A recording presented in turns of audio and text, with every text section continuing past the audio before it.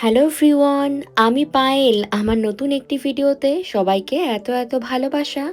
আশা করি আপনারা সবাই খুব ভালো আছেন, আর আমরাও কিন্তু বেশ ভালোই আছি। আজকে শুক্রবার, সকাল এখন 8টা মতো বাজে। এখন তো গরম পড়তে শুরু করে দিয়েছে, ওই কারণে সামারের ভাইবসটা কিন্তু সকাল সকালই পাওয়া যায়। আর রোদ্দুর ঝলমলে থাকলে তো আরোই। আজকে রোদ্দুর আছে ঠিকই, তবে তার উত্তাপ কিন্তু একেবারেই নেই। হালকা হালকা মৃদু মন্দ বাতাস বইছে, আর শনশন করে চারিদিকে শব্দ হচ্ছে। আমরা যেহেতু আমাদের অ্যাপার্টমেন্টের 7th ফ্লোরে থাকি, তো এখানে কিন্তু হাওয়ার শব্দ বেশ ভালোই প্রখর। আর এখনো তো শীতের রেশটা পুরোপুরি কাটেনি, মাঝে মধ্যে বৃষ্টি হলে বেশ ঠান্ডা পড়ে। এই ওয়েদারটা বেশ আরাম লাগছে। আমার মিহি, সেও আজকে অনেক সকাল সকাল মায়ের সঙ্গে সঙ্গে ঘুম থেকে উঠে পড়েছে। ফ্রেশ করে দিয়েছি, ব্যালকনিতে আসবো বলে ওকে আমি তো ড্রয়িং রুমে নেট দিয়ে আটকে দিয়েছিলাম। কি হয়েছে? হুম। বিছানাপত্র সে তো আজকে কোন সকালে গুছিয়েছি, ঘরটাও পরিষ্কার করেছি, সেই ফাঁকে নিজে স্নান করলাম। মিহিকে সকালে ব্রেকফাস্ট করিয়ে বটল ফিট করিয়ে দিয়ে আবার ঘুম পাড়িয়ে দিয়েছি। সেই ফাঁকে নিজেও ফ্রেশ হয়ে এলাম। আর মিহি যেহেতু ঘুমোচ্ছে, তাই আমি চুলটা শুকোতে পারলাম না হেয়ার ড্রায়ার দিয়ে। তার বদলে একটা শুকনো টাওয়াল ভেজা চুলগুলোর সাথে আমি সুন্দর মতো জড়িয়ে রাখলাম। এতে কি হবে, ন্যাচারাল ওয়েতে চুলটা মোটামুটি শুকোবে। এখন যদি আমি ড্রায়ার চালানোর ভুলটা করে ফেলি, তাহলে আর রক্ষে নেই, আমার মেয়ের যাবে ঘুমটা ভেঙে। যাকে এখন আমি রান্নাঘরে সবার আগে আসলাম, এসে মিহির জন্য খাবারটা বসিয়ে দিলাম। এরপর হাতের টুকটাক যা কাজ রয়েছে সেগুলো সারবো, এই ফাঁকে খাবারটাও হয়ে যাবে। আর এই যে প্রেসার কুকার, এটা যেহেতু সাউন্ডলেস, এর কোনো শব্দ হবে না, সেই দিক থেকে রক্ষা।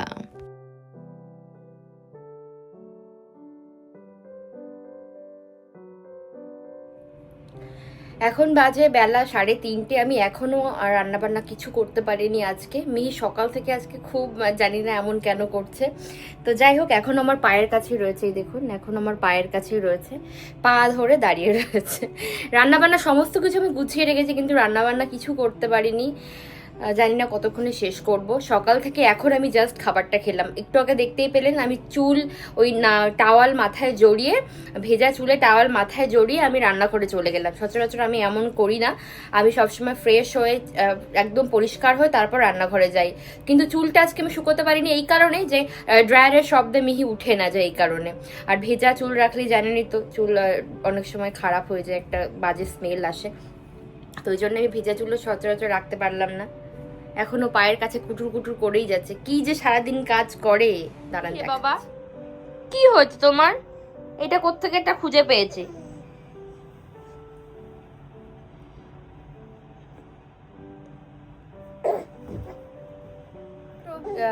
ওকে আরেকটার দিকে খাইয়ে দিয়েছি, পেট ভরা আছে, এখন হয়তো আর কান্নাকাটি করবে না। সমস্ত কিছু গোছাগুছি হয়ে গিয়েছে। আজকে আমি ডিমের ঝোল বানাবো, সাথে কুমড়ো শাক বানাবো, একটু শুকনো শুকনো করে চিংড়ি মাছ বড়ি দিয়ে, তার সাথে একটু উচ্ছে দিয়ে পাতলা করে ডাল করবো। এখন তো খুব গরম পড়েছে, তাই প্রায়শই এখন ডাল মেনুতে রাখতেই হবে, কারণ ডাল ছাড়া কাঞ্চনের আবার চলে না। তো যাই হোক, চলুন রান্না করে যাই, ঝটপট করে রান্না বান্না শুরু করি, তারপর বিকালবেলা আমার একটু বের হবার রয়েছে। যাই হোক, রান্নাবান্না যেহেতু আমি সবকিছু গুছিয়ে রেখেছিলাম, তাই সেটা করতে আর খুব একটা সময় লাগবে না। ডাল এখানে সিদ্ধ হয়ে গিয়েছে, মুসুর ডাল, তো সেটা আমি প্রথমে একটু নুন দিয়ে সিদ্ধ করে নিয়ে একটা হাতার সাহায্যে একটুখানি ঘেটে নিলাম। আজকে ডালটা আমি উচ্ছে দিয়ে বানাবো, তার সঙ্গে ডিমের ঝোল বানাবো, সিম্পল আলু দিয়ে যেমন ডিমের ঝোল হয় ওই রকম ভাবে। আর কয়েকদিন আগে কাঞ্চন কুমড়ো শাক এনেছিল, তো সেই শাকটা আজকে বেশ নতুন রকম ভাবে রান্না করব। বলতে পারেন এই সব নতুন রকম রান্না আমার মন থেকেই আবিষ্কার করা। উচ্ছেগুলো এখানকার খুব একটা তিতো হয় না, তাই চাকচাক করে আপনি চাইলে এগুলোকে হালকা নুনের সঙ্গে সাধলে কাঁচাও খেতে পারেন। তার কারণ জাপানিরা তো কাঁচা করলা একদম থিনলি স্লাইস করে ওরা স্যালাড বানিয়ে খায়। ওদিকে উচ্ছেগুলো ভাজা হচ্ছে, সেই ফাঁকে আমি ডিমের ঝোলের জন্য প্রস্তুতি শুরু করে দিয়েছি। সিদ্ধ ডিম আর আলু আমি একই সঙ্গে ভেজে নিচ্ছি। বুঝতেই পারছেন অনেকটা বেলা হয়ে গিয়েছে, তাই আমি চেষ্টা করছি একটু ঝটপট করে কাজগুলো সেরে নিতে। আজকাল জানেন তো, যখন আমি রান্না করি, আমার মিহি যেটা করে, ঠিক এই ওভেনের সামনে এসে দাঁড়িয়ে পড়ে, আমার দু পায়ের মাঝখান দিয়ে ঢুকে পড়ে, ছোট্ট ছোট্ট মাথা দিয়ে, আবার কখনো বা ওভেনের যে টপটা রয়েছে সেইটা ধরে দাঁড়িয়ে পড়ে। এবার আমি তো থাকি ভয়ে, ওর গায়ে ওই কড়াই কিংবা তেল পড়ে গেলে একটা কত বড় বিপদ ঘটতে পারে ভাবুন, তাই না? আমি ভীষণ ঝটপট ঝটপট করে কাজ করি, আর কখনো এক নাগাড়ে এখানে দাঁড়িয়ে থাকি। ও যদি একান্তই চলে আসে, তখন ওকে কোলে তুলে নেই, এভাবেই চলতে থাকে আমার আজকাল দিনগুলো। আসলে আমরা যতই বলি বলি না কেন সবকিছু ঠিক চলছে, স্মুথ চলছে, আসলে ক্যামেরাতে না সবকিছু ধরা পড়ে না। প্রত্যেকদিন জীবন খুবই হেক্টিক যাচ্ছে আজকাল। যাই হোক, ওদিকে আমি ডালটা ফোড়ন দিলাম আর এইদিকে ডিমের ঝোলের মশলাটাও বানিয়ে নেব। মিহির জন্মদিনের কথা শেয়ার করাতে আজকাল দেখি আপনারা অনেকেই বলেন যে কেন আমরা এখনো দেশে গেলাম না। মিহি তো বড় হয়ে গেল, মিহির জন্মদিনটা আমরা দেশেই সেলিব্রেট করতে পারতাম। এই পৃথিবীতে জন্মানো একটা ছোট্ট শিশু তার পরিবারের সম্পদ। আমার মিহিকে দেখার জন্য তার ঠাম্মা, দিম্মা, দাদা সবাই তাকে দেখার জন্য হাঁসফাঁস করে। হ্যাঁ, সত্যিই পারতাম। শুধু মিহির জন্মদিন কেন, মিহির অন্নপ্রাশনটাও চাইলে আমরা দেশেই সেলিব্রেট করতে পারতাম। যদি সেটা সত্যি হতো তাহলে হয়তো আমাদের থেকে বা আমাদের পরিবারের সবার থেকে খুশি আর কেউ হতো না। প্রথমত আমার মিহির অন্নপ্রাশন বা মিহির জন্মদিন যতই বিদেশে আমরা পালন করি না কেন, বিদেশে সত্যি কথা বলতে বন্ধু বান্ধবরা তো আর পরিবারের মানুষ নয়। আমি যতই সাজিয়ে গুছিয়ে বলি না কেন, তারা সবাই তো আমাদের পরিবারের বাইরের মানুষ। পরিবারের মানুষের থেকে এই পৃথিবীতে কেউ তো কাছের হতে পারে না, তাই না? এটাই হলো বাস্তব সত্যি কথা। তাই আমার মিহি যখনই তার নিজের দেশে বা তার পরিবারের কাছে যাবে না কেন, অবশ্যই তখন একটা খুব ভালো সেলিব্রেশন হবে। দরকার নেই সেদিন মিহির অন্নপ্রাশনের ডেট থাকা কিংবা জন্মদিনের দিন থাকা, শুধু চাই একটা সুন্দর মুহূর্ত, যেই মুহূর্তটায় আমরা সবাই মিলে প্রাণ খুলে বাঁচবো ওকে নিয়ে। প্রথমত এদেশের ভ্যাকসিন দেওয়ার যে রুলস গুলো রয়েছে, গোটা একটা বছর ধরে প্রসিডিওর গুলো চলতে থাকে। এত সব ভ্যাকসিনের নিয়ম কানুন, ডাক্তারের দেয়া পরামর্শ, সমস্ত কিছু উপেক্ষা করে আমরা চাইলে ওকে নিয়ে দেশে চলে যেতেই পারতাম।